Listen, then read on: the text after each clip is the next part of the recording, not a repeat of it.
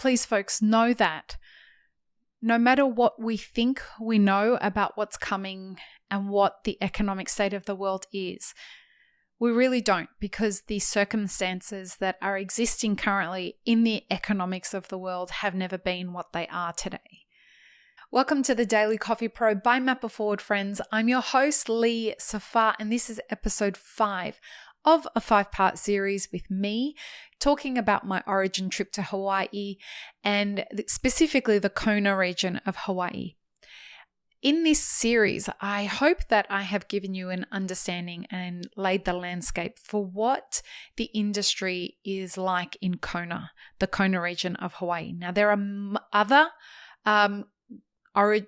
other growing regions around Hawaii. I was exposed and embedded in the Kona growing region.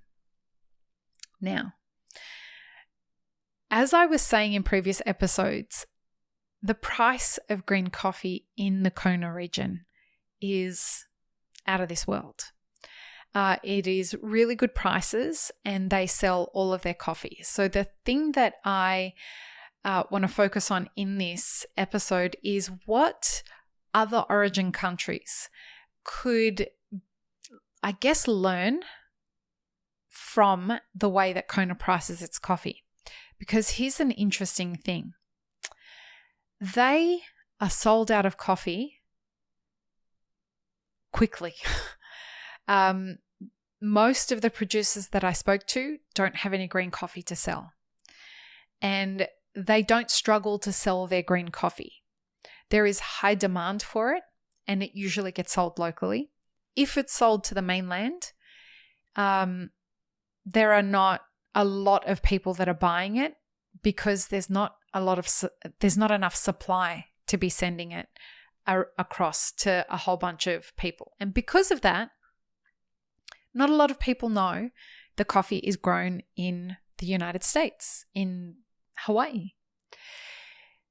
But what could we learn from the way that they have set this up? What could we learn in places that are really struggling to sell their green coffee? And the number one lesson I learnt about this is that Kona has done a fantastic job of creating their own local economy. So they benefit from offering farm tours to tourists. Some of them offer free farm tours, others offer paid farm tours, and they attract a different clientele, each of those. And people come on these farm tours, and on these farm tours there are kiosks, there are ohanas, where you can buy roasted coffee. So that's one revenue stream. The other revenue stream is that they sell the green coffee locally to roasters who have cafes that they sell the coffee into, because there's so many tourists there that they're all drinking coffee in cafes and there's a huge demand. You can't bring coffee from other origins into Kona.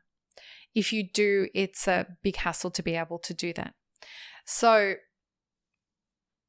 the whole ecosystem there has made it so that selling Kona-grown coffee is always the forward-facing branding, and it is a part of the tourist experience. And I can't help but wonder why we're not doing this in a real concerted, strategic way in other origin countries, because a lot of the origin countries that are growing coffee have a big tourist trade. And we should be looking for ways to have better marketing plans around attracting tourists to these farms and having experiences. Either they have hotel stays at coffee farms, they have farm tours. Monarch has 2 really fantastic tours, a walking tour and a roasting tour. So you get to tour the farm You get to see the gesha trees, you get to see the pacamara trees, you get to see the shade-grown trees, you get to see the ones that are not grown in shade, under shade. You get to see the processing and fermentation sections of the farm. You get to see a whole bunch of stuff. And then once you come off that, you go into the roastery and you get to roast your own coffee under the supervision of an experienced roaster. And then once that's done, you get to take that bag home with you. And it's a really beautiful experience. Why aren't we hearing of more of this happening in other origin countries?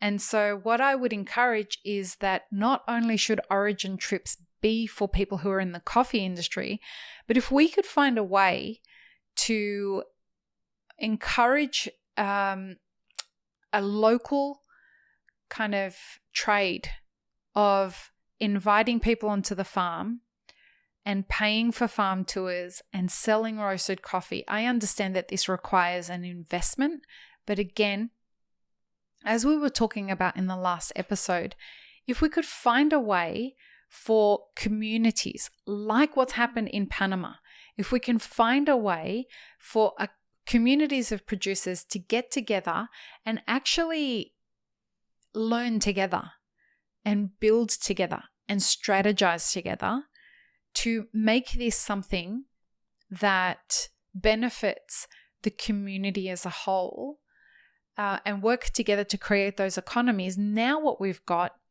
is an additional revenue stream that doesn't cancel out competition, because I can tell you different farm tours in the Kona region are a whole different selling point.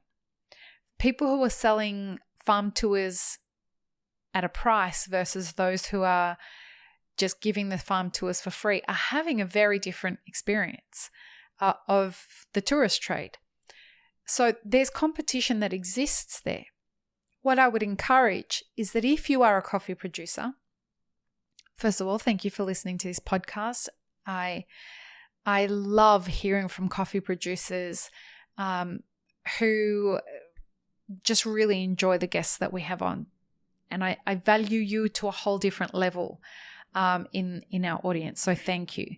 But if you are a coffee producer, this is one of those things that I think if you can establish a local economy for tourist trade, like they've done in Kona, I think this could be another really fantastic revenue stream.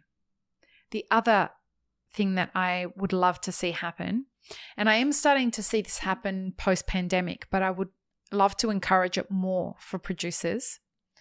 What I'd love to see is the next generation of producers are encouraging their friends to become roasters and to become cafe owners so that they can then sell their coffee directly into those small businesses.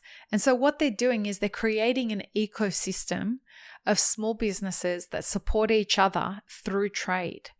And so if you can create that roastery and that cafe, that will also capture the local economy of coffee drinkers as well as the tourist version of coffee drinkers. Then what needs to happen is as you're establishing those businesses, you need to start educating people who could potentially become customers in what the coffee is that's going to be sold there, because a lot of origin countries don't drink coffee the same way as they're drunk in places that are buying the quality of coffee that you guys are selling. And so learning how to have espresso machines and what to do with them, learning how to roast for that kind of thing.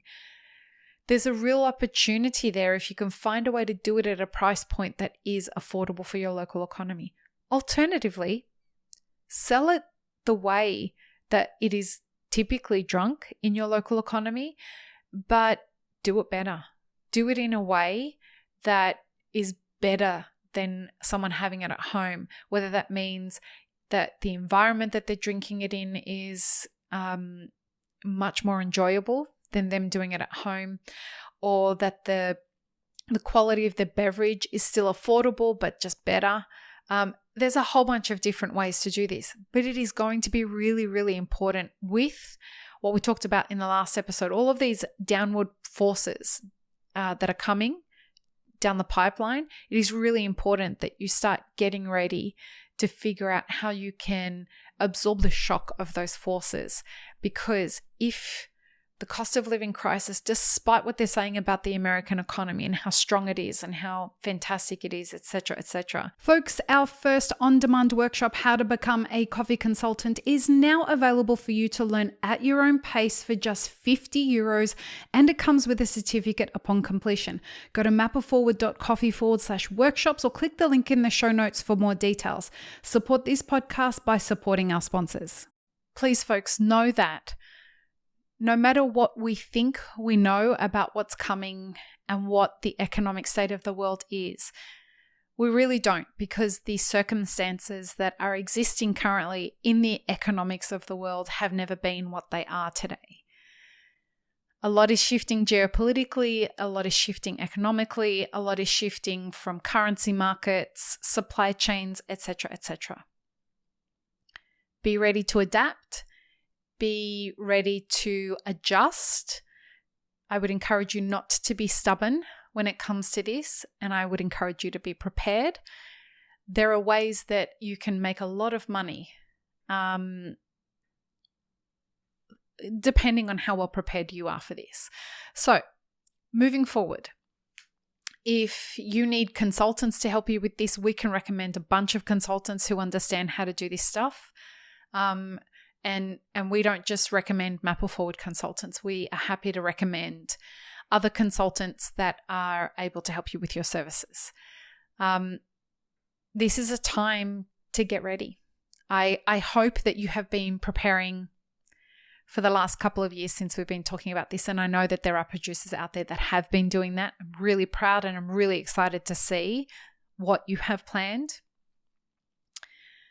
If you would like to get in contact with any of the producers in the Kona region, connect with us. We're happy to make those introductions. We've got some exciting things that we are helping the Kona producers with as they look to diversify outside of their region, their origin country, as a way to hedge against the economic forces that are coming down the pipeline.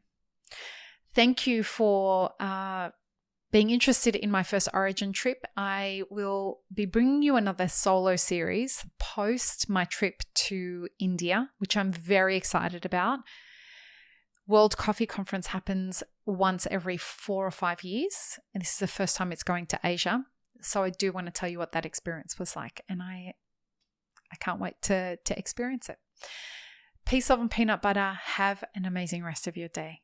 Thanks for tuning in, friends. There are 2 ways you can support this podcast. Firstly, become a paid member of our YouTube channel. Secondly, you can join our Patreon for as little as $3 a month. Don't forget to subscribe and like this video before you leave, and check the show notes for more information. Now, this is what you should check out next.